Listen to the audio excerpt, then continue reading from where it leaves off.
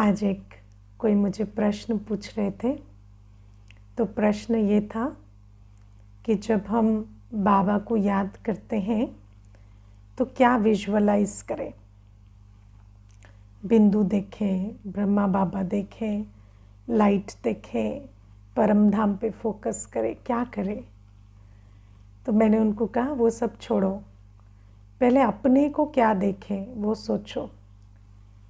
अपने को आत्मा निश्चय करके बैठते हो? तो कहते नहीं, वो नहीं कर पाता हूँ।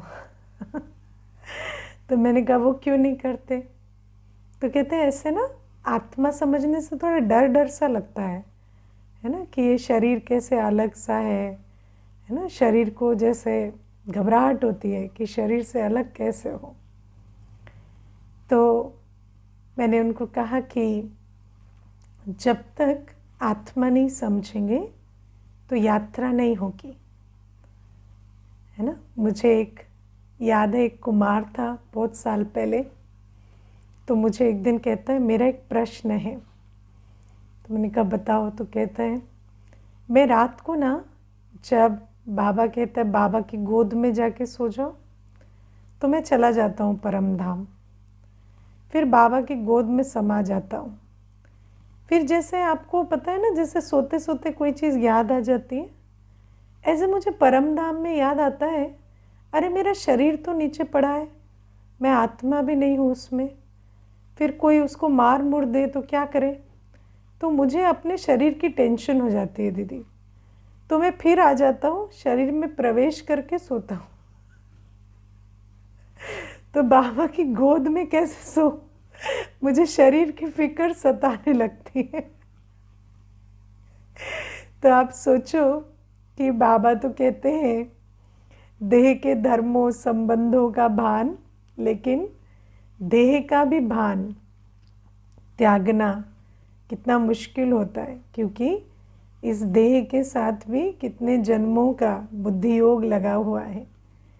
इसीलिए बाबा कहते हैं ये आत्म अभिमानी स्थिति, क्योंकि कई बार बच्चे जो हैं वो इस बात में तो बहुत विचार चलाते हैं कि हम बाबा को कैसे याद करें, लेकिन ये नहीं समझते कि मुख्य बात है अपने को आत्मा समझने की। क्योंकि नियम क्या है, मैं आत्मा मेरा बाबा, मैं और मेरा कनेक्टेड है ना। मैं आत्मा तो मेरा बाबा, मैं माँ तो मेरा बच्चा, मैं पत्नी तो मेरा पति, है ना। मैं और मेरा इसका संबंध है। अगर मैं आत्मा इस अवस्था में स्थित नहीं हूँ तो मेरा बाबा नहीं हो सकता, और जो मेरा नहीं उसको याद कैसे करेंगे। तो इसीलिए बाबा कहते हैं सबसे पहली चीज़ आत्म अभिमानी होकर बैठो। अभी योग में भी अभ्यास कराया। एक तो बात है, सबकी क्लास शुरू होती है 5:20 पे, सुना, 5:20 7:20 दो टाइमिंग है।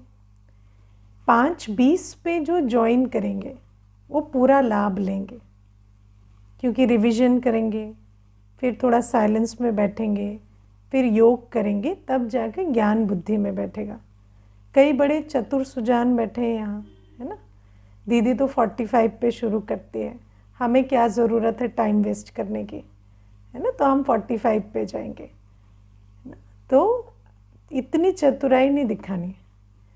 जो नियम है, जो कायदा है, जिस सिस्टम को बनाया गया है उससे चलना है। अब देखो YouTube पे भी सुनते हैं तो आधी क्लास मिलती है, सिर्फ क्लास मिलती है, उससे उन्नति नहीं होती। आप Zoom पे क्यों जुड़ते हैं? उन्नति के लिए फुल पैकेज चाहिए, है ना। अगर भित्ति तैयार नहीं हुई है तो फिर ज्ञान बुद्धि में नहीं जाएगा। इसीलिए 25 मिनट्स 5:20 से जुड़ते हैं तो 25 मिनट प्रेपरेशन होती है माइंड की, तब जाके ज्ञान बुद्धि में बैठता है ना। तो बाबा हमें कहते हैं कि ये जो आत्म अभिमानी स्थिति है, अभी उसके लिए मैंने मेडिटेशन कराया। जिन्होंने मिस किया अभी सोचते रहना क्या कराया, ठीक है। तो मेडिटेशन में क्या था कि पहले तो समझें कि देखो जो भी नाम जिसको हम मेरा नाम करते हैं, किसका नाम है? वो उस कैरेक्टर का नाम है जो इस जन्म में आप प्ले कर रहे हैं। बाबा हमें रोज़ कहते हैं तुम एक एक्टर हो, लेकिन हम सच में अपने आप को एक्टर समझ के बैठते हैं? नहीं, मैं एक एक्टर हूँ। आप सारे दिन जो प्ले करते हैं ना, वो एक कैरेक्टर है। उस कैरेक्टर के इतने सारे डायमेंशंस हैं। वो कैरेक्टर भी मल्टीफैसेटेड है ना उस कैरेक्टर के कितने सारे फिर डायमेंशंस हैं। उस कैरेक्टर में एक संबंध भी है, एक जॉब भी है, रिलेशनशिप जो संपर्क भी है, सब कुछ है। उसका एक धर्म है, उसका एक कुल है, सब कुछ है। लेकिन वो सब कुछ उस कैरेक्टर का है, और उसी कैरेक्टर को प्ले करने के लिए आपको ये शरीर मिला है। तो ये शरीर भी आपके वर्तमान कैरेक्टर का हिस्सा है, लेकिन आप इनमें से कुछ भी नहीं है।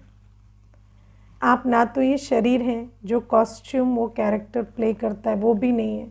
वो नाम भी नहीं है। वो सारे जो उस कैरेक्टर के आयाम हैं वो भी आप नहीं हैं। आप कौन हैं? आप इन सब से न्यारी एक आत्मा है। और आपकी स्टोरी क्या है? बहुत छोटी सी स्टोरी जिसको हम एक चित्र में समझ लेते हैं है ना, जो हमारा सीढ़ी का चित्र है वो मेरी। देखो सीढ़ी के चित्र का सार क्या है? आत्मा की 84 जन्मों की अद्भुत कहानी। वैसे तो भारत के उत्थान और पतन की अद्भुत कहानी है, लेकिन भारत के साथ भारतवासियों की भी है ना। तो आत्मा की 84 जन्मों की कहानी वो मेरी कहानी है। मेरी कहानी बहुत छोटी सी है। क्या कहानी है मेरी? मैं परमधाम में बैठी थी, बीज रूप, है ना। फिर मैं आई नीचे, मैंने 84 कॉस्ट्यूम लिए, 84 कैरेक्टर प्ले किए। अब बहुत हो गया, अब मैं थक गई हूँ, मूंझ गई हूँ, उलझ गई हूँ, परेशान हो गई हूँ। अब बाबा आते कहते तुम क्यों इतना परेशान होते हो बच्चे, थोड़ा अलग हो जाओ, है ना, अलग हो जाओ और अभी तैयारी करो घर जाने की। बहुत हो गया, 84 जन्म तुमने बहुत काम कर लिया, अभी घर जाना है। तो बाबा कहते हैं पहले तो अपनी आत्मिक स्थिति में बैठे, रियलाइज़ करें कि मैं आत्मा 84 जन्म लेकर अंत में बैठी हूँ। अभी मैं रिचार्ज मांग रही हूँ। और रिचार्ज मांगने से भी पहले देखो, आपको तो पता भी नहीं चला था, हमें तो पता भी नहीं चला था कि हम पतित बने हैं, है ना। तो रिचार्ज मांगने से भी पहले बाबा आ गए और बाबा ने रियलाइज़ भी किया, बाबा विधि भी बता रहे। और बाबा कहते हैं अब तुम क्या करो, अब तुम अपने को आत्मा समझ, रियलाइज़ करके कि तुम कहाँ हो, 84 जन्म के अंत में हो, छोटी सी आत्मा हो, और तुम्हारा घर, तुम्हारा बाबा कहाँ है? परमधाम में बैठा है। अपनी याद की यात्रा करो। जब हम अपने को आत्मा समझेंगे, अपनी यात्रा की रियलाइजेशन होगी, तब बाबा को याद करने की हमारे अंदर वो उत्कंठा होगी। और बाबा हमें कहते हैं दूसरी बात कि जिस आत्मा को याद की यात्रा समझ में आती है, क्योंकि अब मुझे घर जाना है, अब मुझे रिचार्ज होना है, दोनों के लिए याद की यात्रा चाहिए, तो वो आत्मा याद की यात्रा पर निरंतर रहेगी। क्योंकि बाबा ने कहा ना, जैसे दुनिया में स्थूल यात्रा करते, तीर्थ यात्रा, तो वो निरंतर करते हैं ना, सोचेंगे जल्दी जल्दी पहुँचे, क्यों? उनको तो महत्व है, जबकि वहाँ कोई प्राप्ति भी नहीं लगी पड़ी। लेकिन बाबा कहते तुम्हें महत्व होगा तो तुम इस यात्रा पर निरंतर रहेंगे, है ना। और फिर देखो, जैसे स्थूल यात्रा में घर से निकलेंगे तब तो यात्रा करेंगे ना, ऐसे ही आत्मा देह भान से निकलेगी तब यात्रा करेगी। आत्मा आत्म अभिमानी बनेगी तब यात्रा करेगी। और बाबा कहते जब तुम यात्रा करेंगे तो धीरे धीरे तुम मंजिल पर पहुंचेंगे। मंजिल क्या है? कर्मातीत अवस्था, है ना, परमधाम जाने लायक स्थिति। उसके लिए तुम्हें याद की यात्रा करनी पड़ेगी।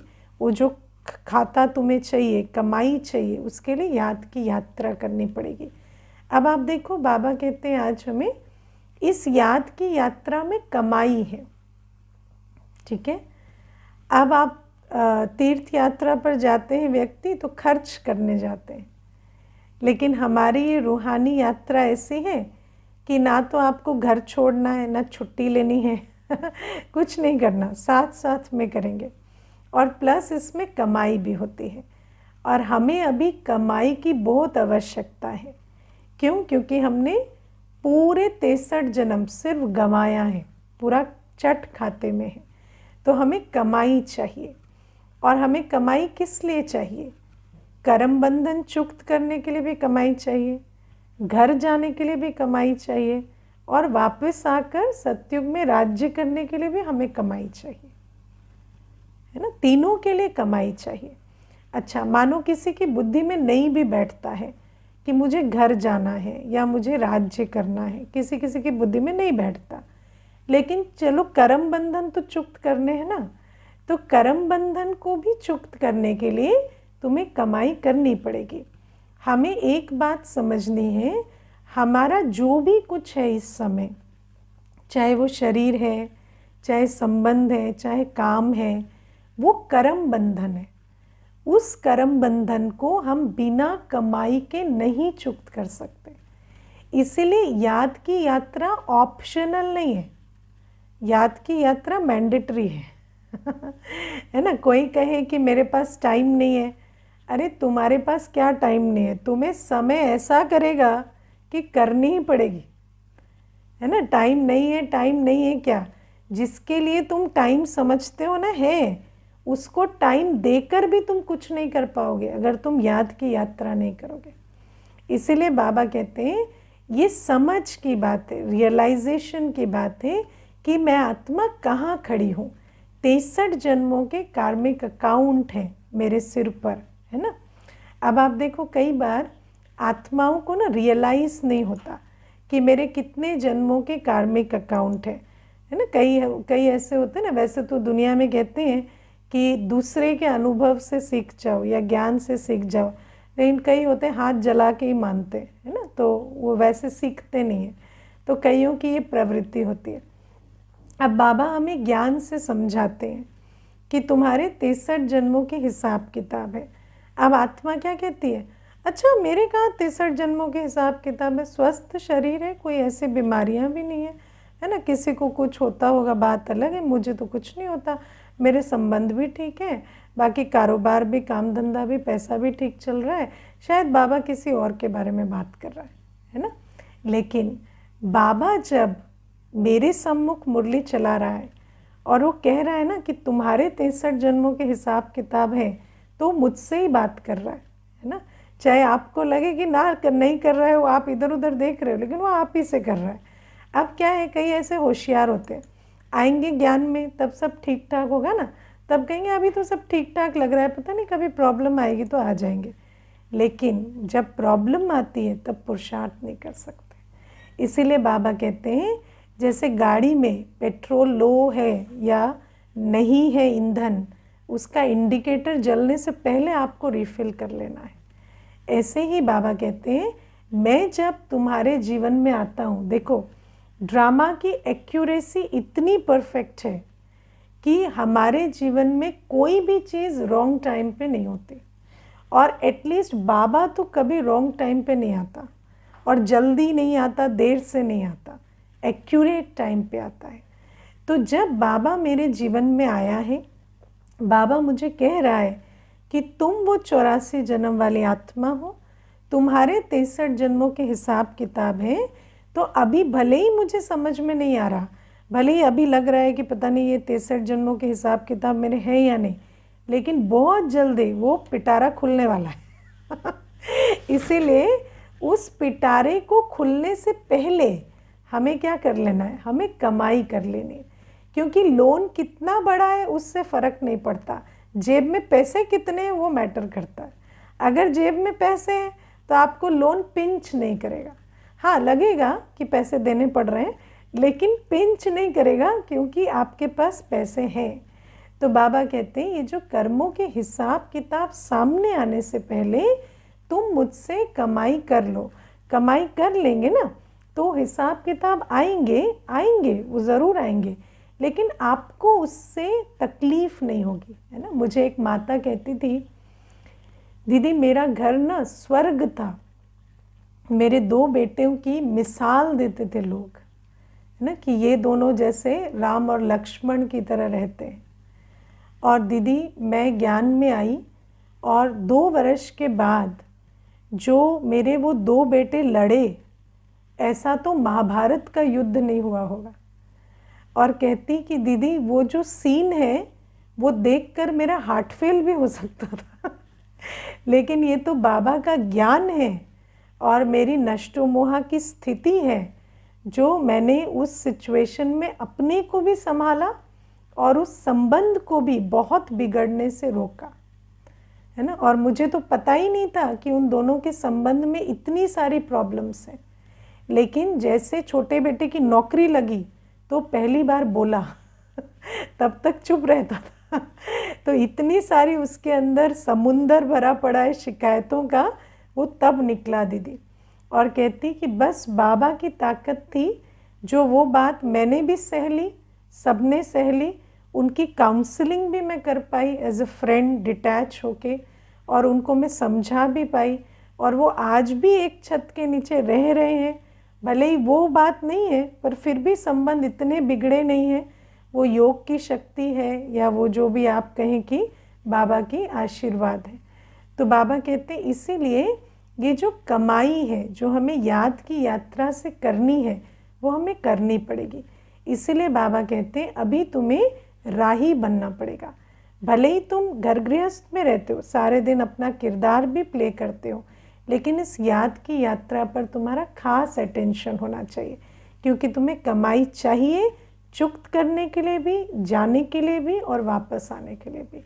और ये सारी कमाई करनी है। देखो कई होते हैं इतनी यात्रा करते हैं जो बस अच्छा लगे, है ना, आज अच्छा लग रहा है, योग किया, खुशी हो रही है। कई होते हैं जो बाबा उस दिन संडे को कह रहे थे ना, खाया पिया मौज किया, है ना। कई होते हैं जमा करते, जमा करना माना जब कोई बात आई तो उसको पार करने की ताकत होती है। कई होते हैं उसको लगाकर बढ़ाते भी हैं, अपने योग बल से इतनी शक्ति, इतनी गुण स्वरूप अवस्था बनाई है कि कोई किसी की सेवा कर पाते हैं, है ना। अपने तन मन धन को इतना व्यर्थ से बचाया है कि सफल कर पाते हैं। जो ये तीसरे वाले होते हैं ना, ये क्या करते हैं, ये भविष्य की भी कमाई करते हैं, बढ़ाते हैं। एक होते हैं जो सिर्फ खाया पिया मौज किया, है ना, आज योग में बहुत अच्छा लगा, कितनी देर अच्छा लगा, 4 से 4:45 बस, उसके बाद दिन में और अच्छा नहीं लगा। उसके बाद ना योग हुआ ना अच्छा लगा, बस दीदी उस टाइम अमृत वेले में बहुत अच्छा लगा, है ना। अगले दिन क्या हुआ, सोए, क्योंकि ना इस दिन की कमाई को बढ़ाया ना कुछ किया। दूसरे होते हैं चलो योग किया, अच्छा लगा, सारे दिन भी दीदी जो बातें हैं ना वो अच्छे से पार की, बाबा की ताकत रही, ठीक है। फिर अगले दिन क्या हुआ, फिर योग किया, फिर ताकत भरी, फिर अगले दिन चले, इस प्रकार से चलते हैं।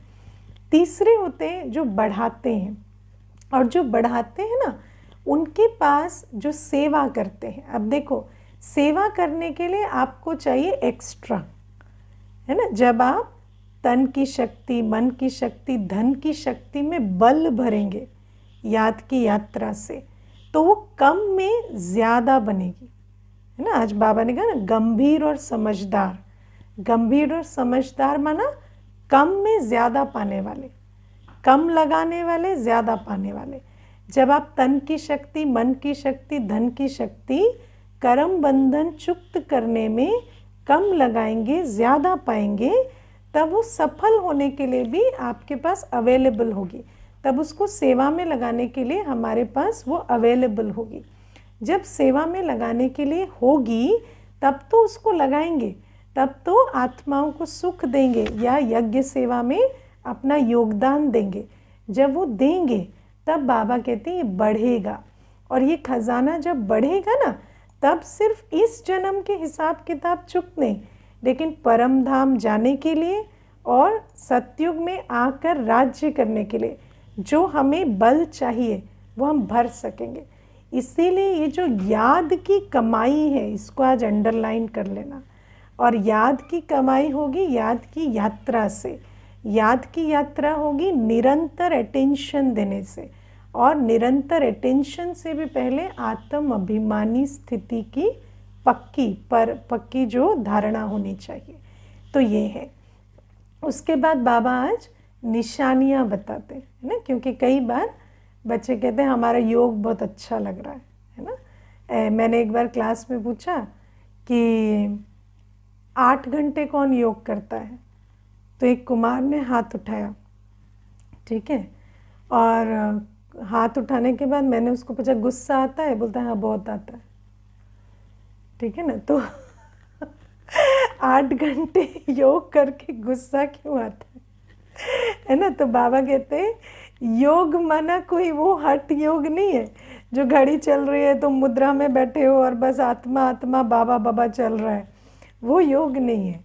योग सच में यदि हो रहा है, सच में जो बाबा कहते हैं आत्माभिमानी होके निरंतर याद से कमाई कर रहे हैं, बाबा से संबंध के बल से और बाबा से प्राप्ति के अनुभव के बल से अपने अंदर बाप समान स्थिति का निर्माण कर रहे हैं, यदि सच में ये हो रहा है तो 6 निशानियाँ आज दिखाई देंगी। आज बाबा ने 6 बातें बताई। पहली बात बाबा कहते हैं गंभीर और समझदार होंगे, शांत चित्त होंगे, है ना। गंभीर और समझदार बहुत अच्छा गुण है।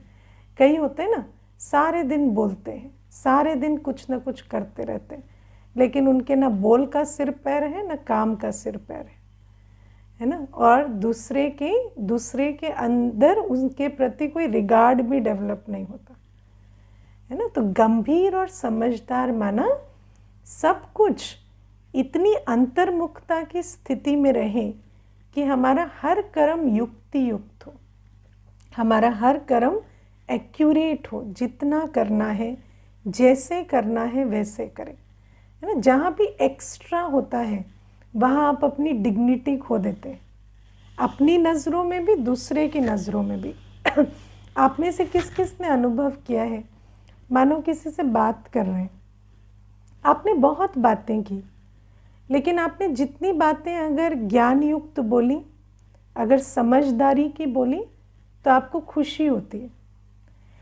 लेकिन अगर एक लाइन आपने एक्स्ट्रा बोल दी, है ना, और ब्राह्मण है ना, एकदम पता चलेगा ये एक्स्ट्रा हुआ, और वो जो एक एक्स्ट्रा है ना वो अपनी डिग्निटी भी खो देता है, दूसरे की नज़र में भी वो डिग्निटी खो जाती है।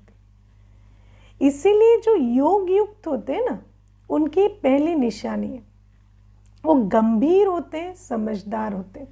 गंभीरता का ऑपोजिट क्या है? चंचलता, लिपायमानी। लिपायमानी नहीं होनी, है ना। सब कुछ अंतर्मुखता की स्थिति से करना है। कोई कर्म एक्स्ट्रा नहीं, कोई बोल एक्स्ट्रा नहीं, हर चीज़ एक्यूरेट होनी चाहिए, संकल्प तक हमारे एक्यूरेट हो। ये होती योगी की निशानी। और शांति कौन सी चीज़ छीनती है? हमारे अपने कर्म। जहाँ हमारे कर्म इनएक्यूरेट होते हैं वहाँ हम और शांत चित्त नहीं रह सकते। वहाँ आप देखना अंदर हलचल होगी, अंदर हलचल होगी तो क्या होगी, 10 को फ़ोन लगाएंगे, ऐसा हुआ ऐसा हुआ ऐसा हुआ, अब बताओ ठीक ही किया है ना मैंने, आप क्या करते ऐसे में और क्या कर सकते थे, है ना। दीदी आप बताओ ऐसे में और क्या कर सकते थे। अब दीदी बता दे तो बुरा लगेगा, इसीलिए दीदी तो बताएगी नहीं, है ना, उस टाइम पे चुप रहेगी। लेकिन बात यह है कि आप किसी से नहीं पूछ रहे, आपकी शांति खो चुकी है आपके अपने कर्मों से, आप उस शांति की खोने से विचलित हैं, ठीक है। और ये पहला गुण, योगी माना जिसने कमाई की है, जिसके एक्यूरेट कर्म होंगे, गंभीर और समझदार और शांत चित्त। दूसरी बात बाबा कहते हैं उनमें अशुद्ध अहंकार नहीं होगा। अशुद्ध अहंकार वस्तु व्यक्ति वैभव का अहंकार, है ना। वैभव क्या होता है? पोस्ट पोजीशन, नाम मान शान, जो भी हमने कमाया है उस आधार से अहंकार नहीं होगा। नाम मान शान के आधार से, वस्तु के आधार से, वैभव के आधार से अहंकार नहीं होगा उनको। अब एक चीज़ मैं यहाँ पर वैसे तो आज कोर सब्जेक्ट नहीं है ये, लेकिन मैं फिर भी इस बात को थोड़ा सा लूँगी। अशुद्ध अहंकार का ऑपोजिट शुद्ध अहंकार होता है ना। बाबा हमें कहते हैं तुम्हें अभिमान नहीं होना चाहिए। अभिमान माना वस्तु, व्यक्ति, वैभव के आधार से जो तुम अपने को दूसरे से ऊंचा समझते हो, है ना, दूसरे से ऊंचा, दूसरे से बेहतर, कंपैरेटिव अभिमान, ये हमारे अंदर नहीं होना चाहिए। ये तो विकार है। लेकिन शुद्ध अभिमान, जिसको स्वमान कहते हैं, वो ज़रूर होना चाहिए। स्वमान बाबा देते हैं। स्वमान आत्मा को श्रीमत पर चलने से बिल्ड होता है।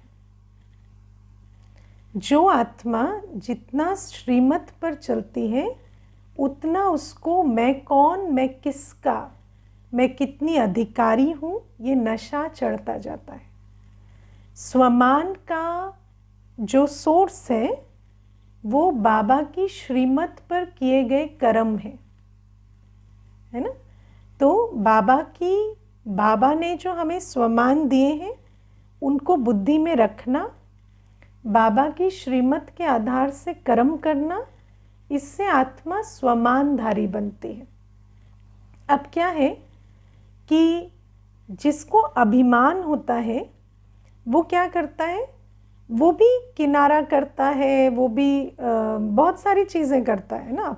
किसी से रूड बोलता है, किसी को कुछ करता है, तो वो भी बहुत सारी चीज़ों में मनसा वाचा कर्मणा बहुत सारे निर्णय लेता है ना। इसको ऐसा सोचें, इसके बारे में ऐसा बोलें, ये ऐसा करें, लेकिन उसके सारे कर्म पाप कर्म बनते हैं क्योंकि अभिमानवश उसकी बुद्धि राइट प्लेस पे नहीं है ना। लेकिन स्वमानधारी जो होता है वो जो अपने मनसा वाचा कर्मणा के प्रति कर्म करता है, उसकी भी वो कर्म श्रीमत प्रमाण होते हैं और उनकी बुद्धि राइट जगह पे होने के कारण उसके कर्म एक्यूरेट होते हैं।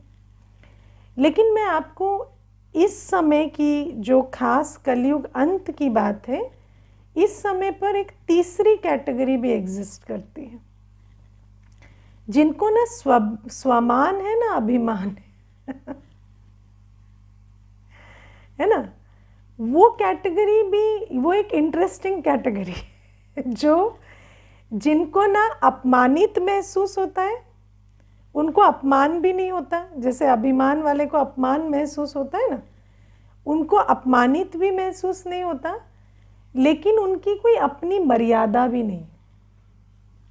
उनकी ना संकल्प की मर्यादा है, ना बोल की, ना कर्म की, है ना। वो बिल्कुल पतित से पतित संकल्प, बोल और कर्म लेते, उनकी कोई मर्यादा ही नहीं है। तो सबसे बड़ी बात है, हमारे अंदर ईगो नहीं होनी चाहिए और मर्यादा होनी चाहिए, दोनों इक्वली इम्पॉर्टेंट है। ईगो नहीं है इसका मतलब ये नहीं है कि हमें ये नहीं पता कि कितना करना है, कहाँ रुकना है, कैसे एंगेज करना है ना।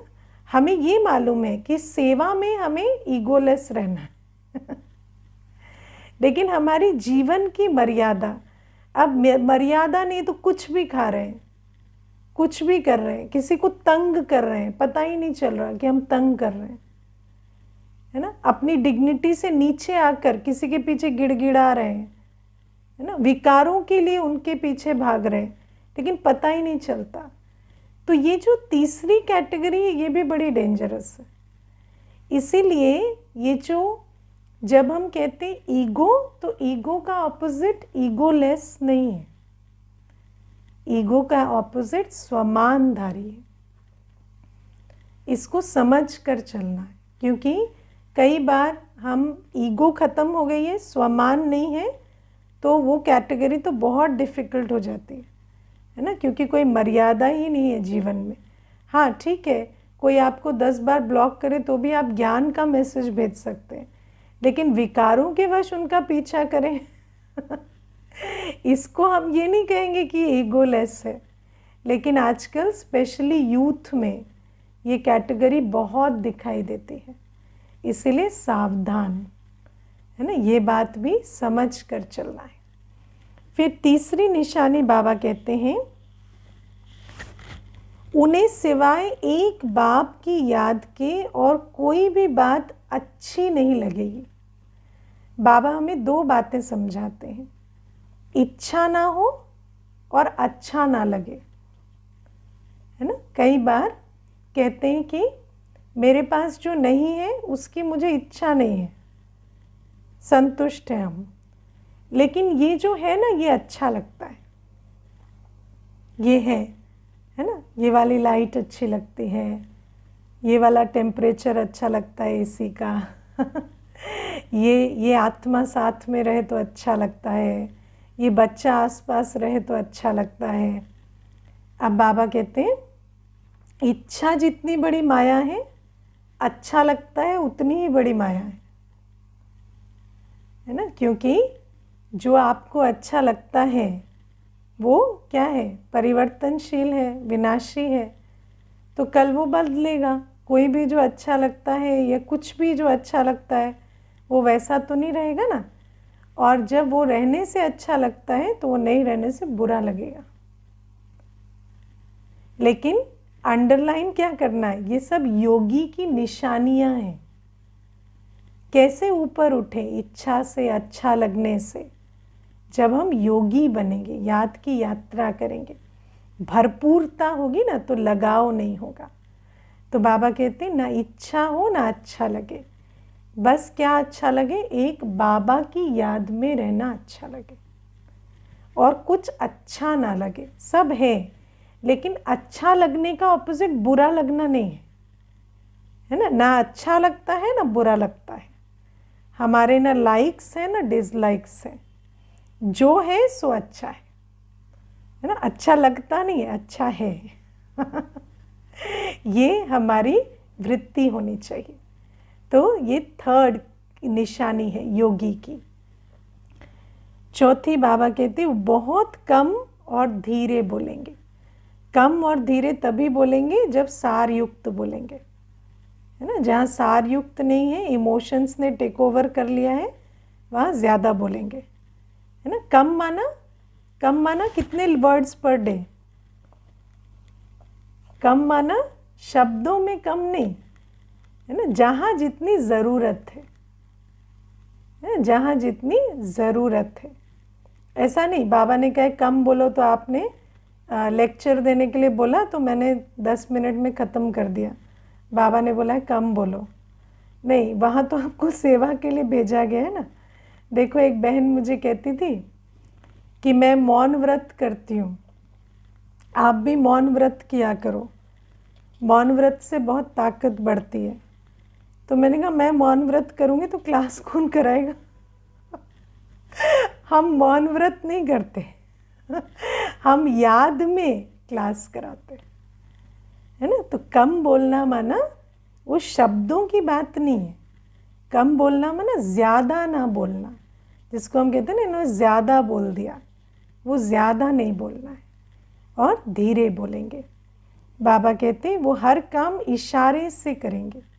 किसी भी काम में फोर्स लगाना, ज़िद करना, ये चीज़ें उनके अंदर नहीं होती, इशारे से करेंगे, है ना।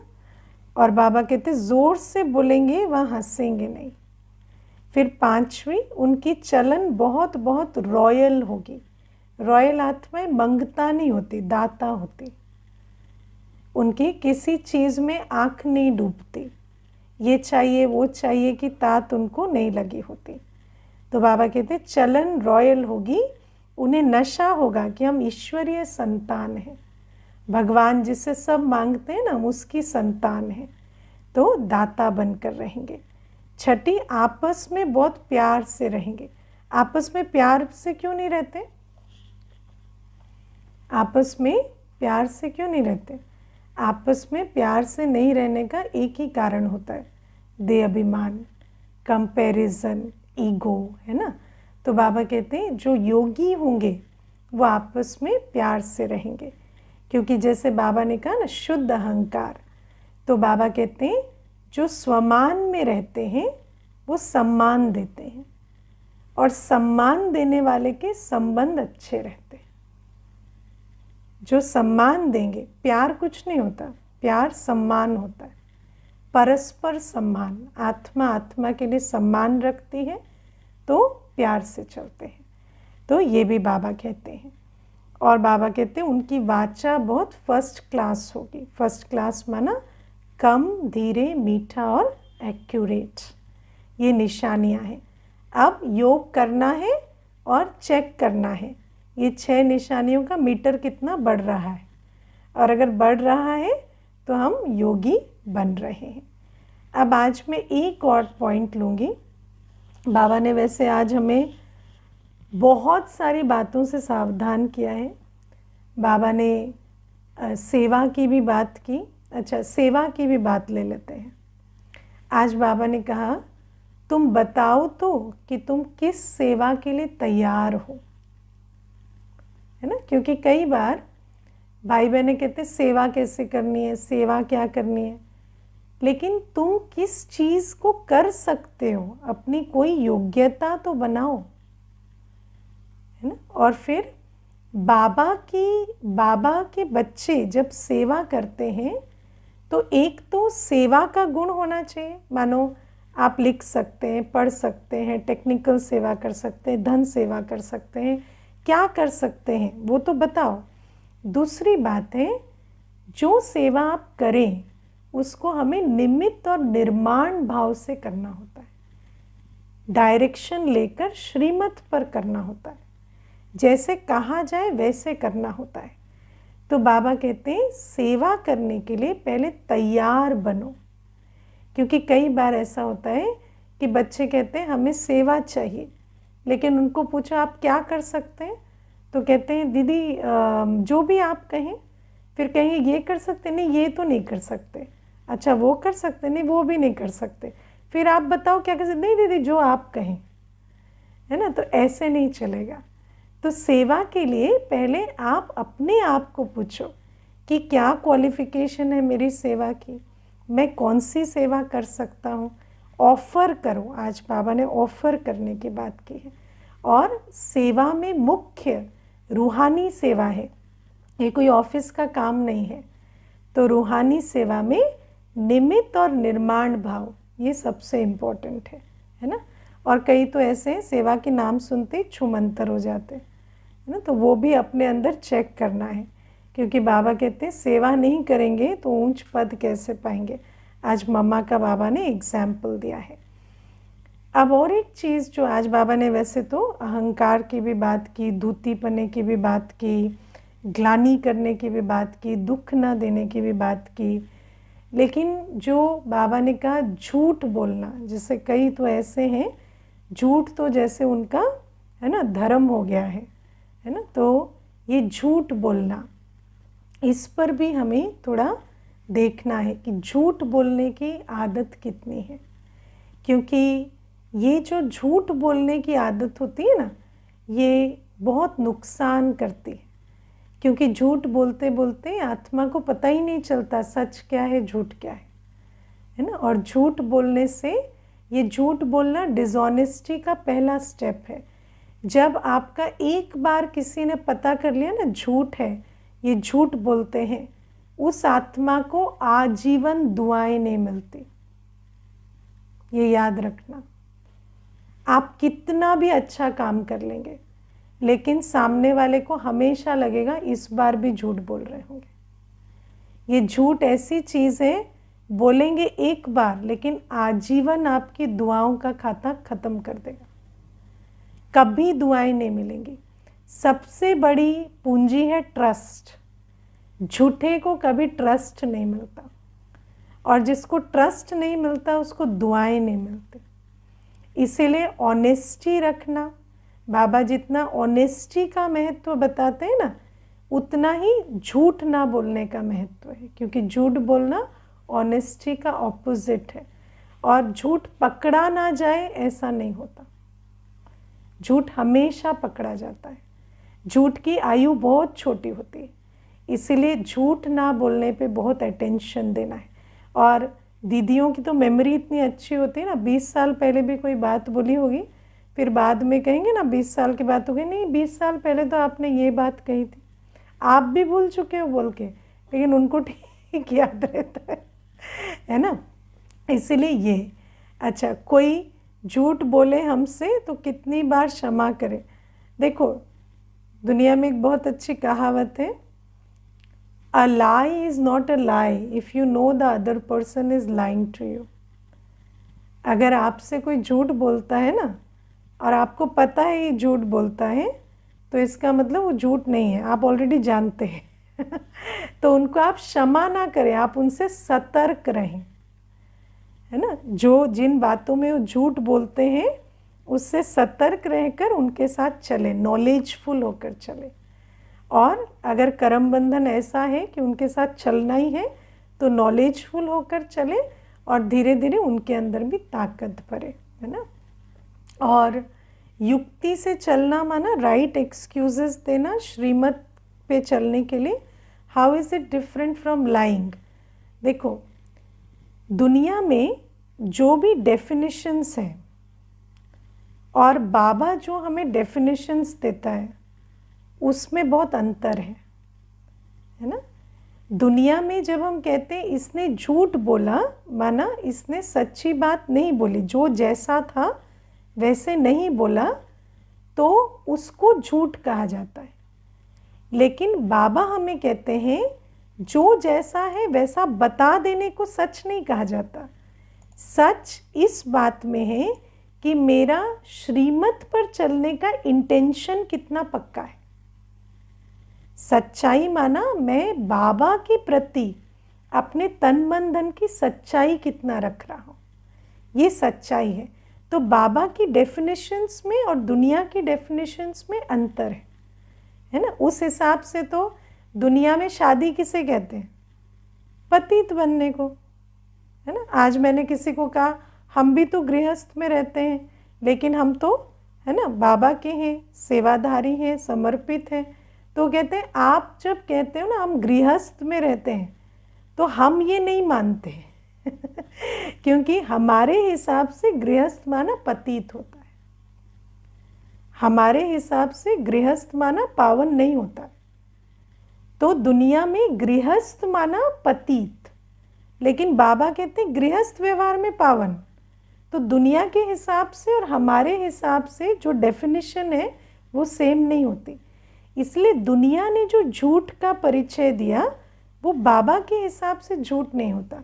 बाबा कहते हैं झूठा या सच्चा श्रीमत पर चलना या ना चलना होता है ना। और श्रीमत पर चलने के लिए जो भी तुम कदम उठाते हो उसको युक्ति कहते हैं। ओके, ओम शांति।